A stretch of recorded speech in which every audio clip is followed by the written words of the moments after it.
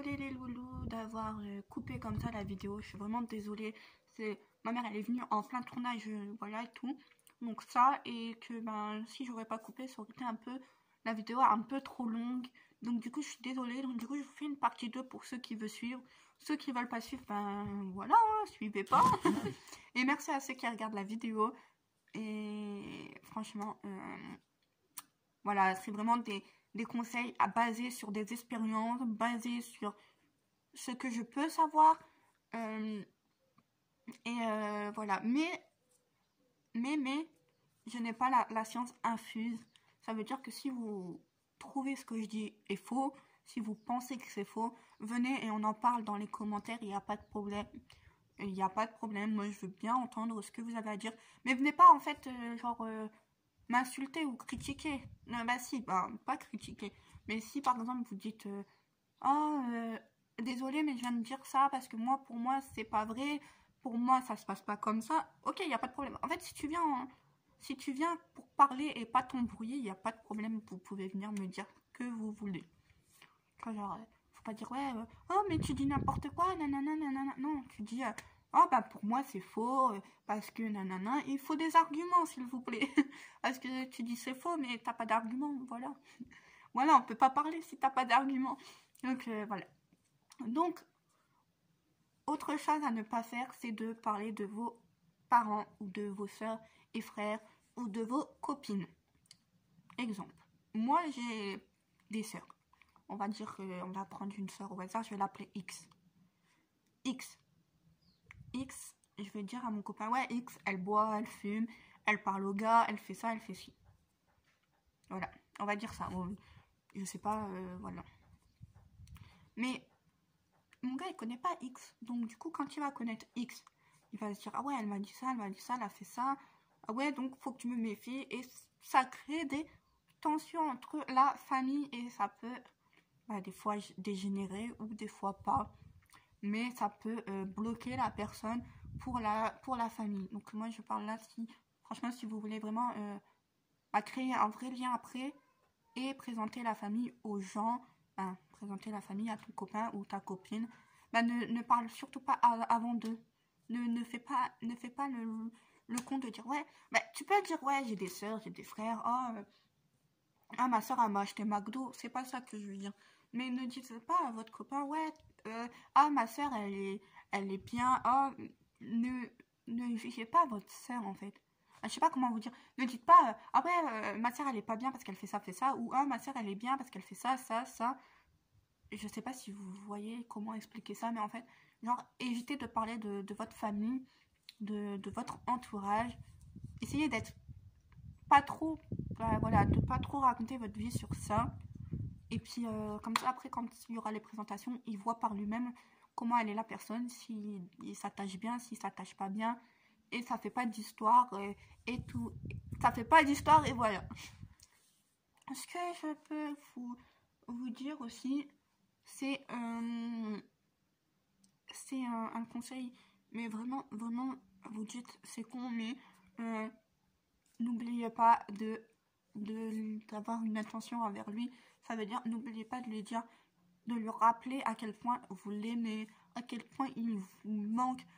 Ok, c'est débile parce que voilà, pour vous c'est débile, mais c'est pas débile, c'est le sentiment de se sentir désiré, le sentiment de se dire ah bah oui je lui manque donc je suis à elle, je manque, je suis à elle, ouais il y a un petit truc, et ça évite qu'il se délasse de vous, qu'il se désattache de vous, je sais pas comment on dit, se décroche de vous.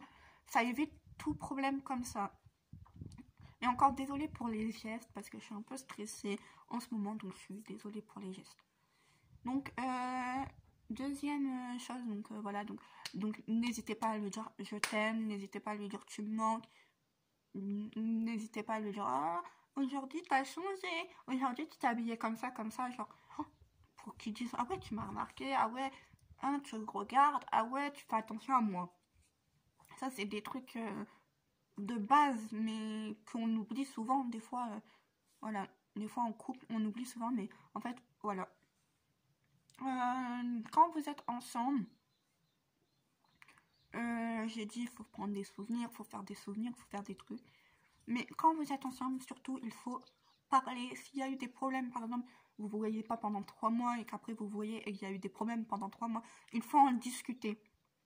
Comme j'ai dit, soit vous en discutez en calme après que vous vous êtes vu parce que vous vous dites, ouais, il est pas comme ça, nana, il a changé pendant que j'étais là. Soit vous en discutez devant. Bon, moi, je vous conseille d'en discuter devant parce que c'est mieux, c'est mieux, c'est moins lâche, c'est moins... Voilà, c'est un petit conseil. Mais ça, c'est chacun son choix. Moi, ça dépend de l'histoire, donc voilà. Voilà, ça dépend de l'histoire. Si je m'embrouille avec, ça dépend de l'histoire. On n'a pas souvent des grosses embrouilles, donc tant mieux. On n'a pas souvent d'embrouilles, donc c'est bien. Ça, c'est bien. Donc voilà. Je vous ai parlé... Je vous ai dit aussi que les câlins et les bisous, dans ces moments-là, franchement, dans ces moments-là, il faut vraiment le faire, mais avec tendresse. Je sais pas comment expliquer. Faut vraiment le faire donc du moyen qui se rappelle de vos bisous et vos câlins. Qui dit pas c'est ah ouais en fait c'est un bisou normal, c'est un câlin normal, on s'en fout. Non, faut le faire avec tendresse, avec en montrant que ça vous a manqué, en montrant que vous êtes bien dans ses bras. Du coup, je vais passer aux questions. Donc, je ne mettrai pas les questions là, je ne mettrai pas les blagues. Je réponds aux questions en essayant de vous donner un maximum de renseignements, un maximum de renseignements, un maximum de bonnes réponses, comme je peux dire, un maximum de trucs que ça peut vous aider. Donc, la première question qu'on m'a souvent posée, on m'a dit, Lubna, tu fais comment pour le manque de câlins, le manque de bisous, le manque de contact? Moi, je me suis rattachée, moi-même, je me suis rattachée au fait qu'il me dit je t'aime, t'es belle. En fait, je prends les compliments comme des câlins. Bon, ça c'est dur à faire. Je sais même pas comment mon cerveau il fait ça, mais genre quand il me dit t'es belle, t'es bonne, je t'aime, t'es à moi. Bah là, pour moi, ça fait comme si qu'il me fait des câlins. Mais en fait, il est pas là, mais ça me fait un câlin transparent. Je sais pas comment vous dire, donc voilà. Après, le manque de câlins et de bisous aussi, j'essaye d'en profiter au maximum quand on se voit. Au maximum quand on se voit. Je sais pas, voilà. Deuxième question, c'est t'es pressé quand tu le vois ou pas? Tu réagis comment? Est-ce que t'es stressé la veille que tu vas le voir? Est-ce que... comment expliquer sa question? Parce que, désolée, mais tu l'as mal formulé si tu te reconnais. La question c'est... est-ce que, voilà, en gros, est-ce que tu es stressé quand tu le vois? Est-ce que tu fais comment pour préparer tes affaires et tout? Donc, moi, je suis pas stressée, je suis juste pressée. Je suis vraiment pas stressée. Voilà, en fait, je suis bien, quoi. En fait, je suis pas stressée, moi, je suis bien. Donc, évitez le stress parce qu'après, la rencontre, elle va faire n'importe quoi. Moi, je sais que au tout début, j'étais vraiment... bah si, j'étais timide, stressée, donc du coup, je l'ai mis un coup de... je l'ai mis un coup de portière. Je lui ai mis un coup de portière dans la figure. Donc voilà. Donc franchement, ne faut pas stresser, faut y aller calmement. Je m'en rappelle. Donc moi, la première fois, j'étais stressée en me disant, ouais, est-ce qu'il va m'aimer? Est-ce que ça va bien passer et tout? Est-ce que ça va accrocher avec mes parents? Est-ce que sa mère, elle va bien m'aimer et tout? J'étais là en train de me poser 30 000 questions et tout. Et au final, tout s'est bien passé, mais j'avais trop peur et tout. Et c'est là où j'ai fait n'importe quoi, mais c'était des... Et je te mets un coup de coude par-ci, et je te mets un coup de poignet, un coup de portière. C'était drôle. Donc voilà, donc ne stressez pas si c'est la première fois, parce que sinon ça fait n'importe quoi. Mais sinon moi les autres fois, j'ai pas été stressée, pas du tout, j'arrive. On va attendre que le clocher a fini. Je suis arrivée à l'aise, tranquille. C'est parce que, voilà. Là, par contre, je parle à votre partenaire ou votre... voilà. Donc, ça, c'est à l'autre de vous mettre bien dans le fait de pas... Excusez-moi, j'ai mes hauts de cœur encore. À vous mettre bien dans le sens que c'est à ton partenaire de te mettre bien. C'est-à-dire de lui montrer que tu peux venir sans stresser, quoi. Sans te dire, ah oui, merde, mais il y a ça, non. Moi, le seul truc qui me stresse, hein, c'est quoi? C'est des animaux bizarres. Non. Bah, je stresse pas pour ces animaux, pour ceux qui me disent, ouais, mais il a des animaux, t'en as peur et tout. Je vais en revenir après. Mais non, je stresse pas pour ces animaux, je sais que il est là et il sait dresser ses animaux, quoi. Désolée. Et autre chose, c'est que, ouais, c'est à ton partenaire de te mettre bien à l'aise. Mais moi, je ne stresse pas, je suis bien, ça. Je fais ma valise une semaine avant pour être sûre de rien oublier. Ça, par contre, c'est chiant parce que si t'achètes des cadeaux et tout, et qu'il faut pas les oublier, quoi. Faut vraiment pas les oublier. Faut mettre tout, faut tout préparer. Moi, je te conseille de laisser des affaires chez lui, mais si tu peux pas, ben voilà, prépare ta valise une semaine avant, c'est bien. Du coup, moi, je vais la faire parce que je vais bientôt partir chez lui. Du coup, il faudra que je la fasse. Bah, je l'ai déjà fait. Enfin, en fait, je l'ai fait un mois avant, mais parce que normalement, c'était pas prévu qu'on se voit là, qu'on se voit plus tard. Normalement, on devait se voir avant. Du coup, ma valise, elle est déjà faite, mais il faut que je vérifie et tout. Voilà. Donc, ça. Prochaine question, on m'a demandé aussi, donc, oui, ton homme, il a des... Ton homme, mon copain, il a des animaux, est-ce que t'as peur? On m'a beaucoup posé, est-ce que t'as peur? Est-ce que tu supportes? J'ai peur de un seul animal chez lui. Peur, hein. Peur. J'ai peur d'un seul animal chez lui. C'est son... Je sais pas comment ça s'appelle, c'est comme un lézard avec une tête bizarre et ses yeux, ils tournent à 90 degrés et ça fait peur. Et ça fait peur. Et du coup, de toute façon, son animal là, il se promène pas chez lui. Donc il est dans une... je sais plus comment on appelle ça, dans un truc avec une lampe là. Un aquarium, on va appeler ça un aquarium, mais c'est peut-être pas un aquarium, je sais pas. Mais voilà, donc il est dans son truc. Il le sort presque jamais. À part des fois pour m'embêter avec, mais ça c'est drôle, c'est juste pour rigoler. Mais sinon il le sort jamais et je sais pas, voilà, donc j'arrive à, voilà. Ces chiens, il a des chiens, mais les chiens, bah ça m'embête pas parce que dans sa chambre ils y vont pas. Du coup voilà, donc ça franchement ça m'embête pas. Puis ils a l'air pas méchants après, je sais pas, tu vois. J'ai pas dit ah t'es méchant. J'ai pas fait connaissance avec ces chiens. Genre j'ai pas tapé la discute avec. Non mais quand tu vois ça se voit qu'ils sont pas méchants. Et ces lapins il les a eu il y a pas longtemps. Et sa tortue, j'y vais jamais, tu vois, je la vois pas, elle est dans son aquarium aussi. Donc, voilà. Donc, non, je n'ai pas peur de ces animaux, à part sa bête bizarre, que je connais pas le nom, et que j'aime pas.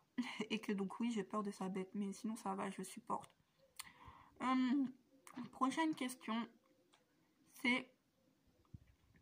À chaque fois, on me dit combien de temps t'es avec, ça fait combien de temps t'arrives à supporter, est-ce que tu vas craquer? Non, bah, je ne compte pas, j'espère pas craquer dans le fait que, j'espère pas que la distance va nous faire séparer parce que j'espère moi je veux vivre avec, si tu passes par là, je veux vivre avec toi et je veux que c'est ta maman, la grand-mère de nos enfants. Voilà, non, en vrai, je veux vivre avec lui. Donc, franchement, la distance, si elle casse ça, ça serait con. Et comme je l'aime, l'amour la distance ne peut pas casser l'amour que j'ai pour lui. En tout cas, j'espère, parce que, voilà. Et que je l'aime. Ah, je l'aime. Et ça, il le sait, et je lui dis tout le temps. Et j'espère que je lui montre aussi, parce que le dire c'est facile, mais montrer c'est plus dur.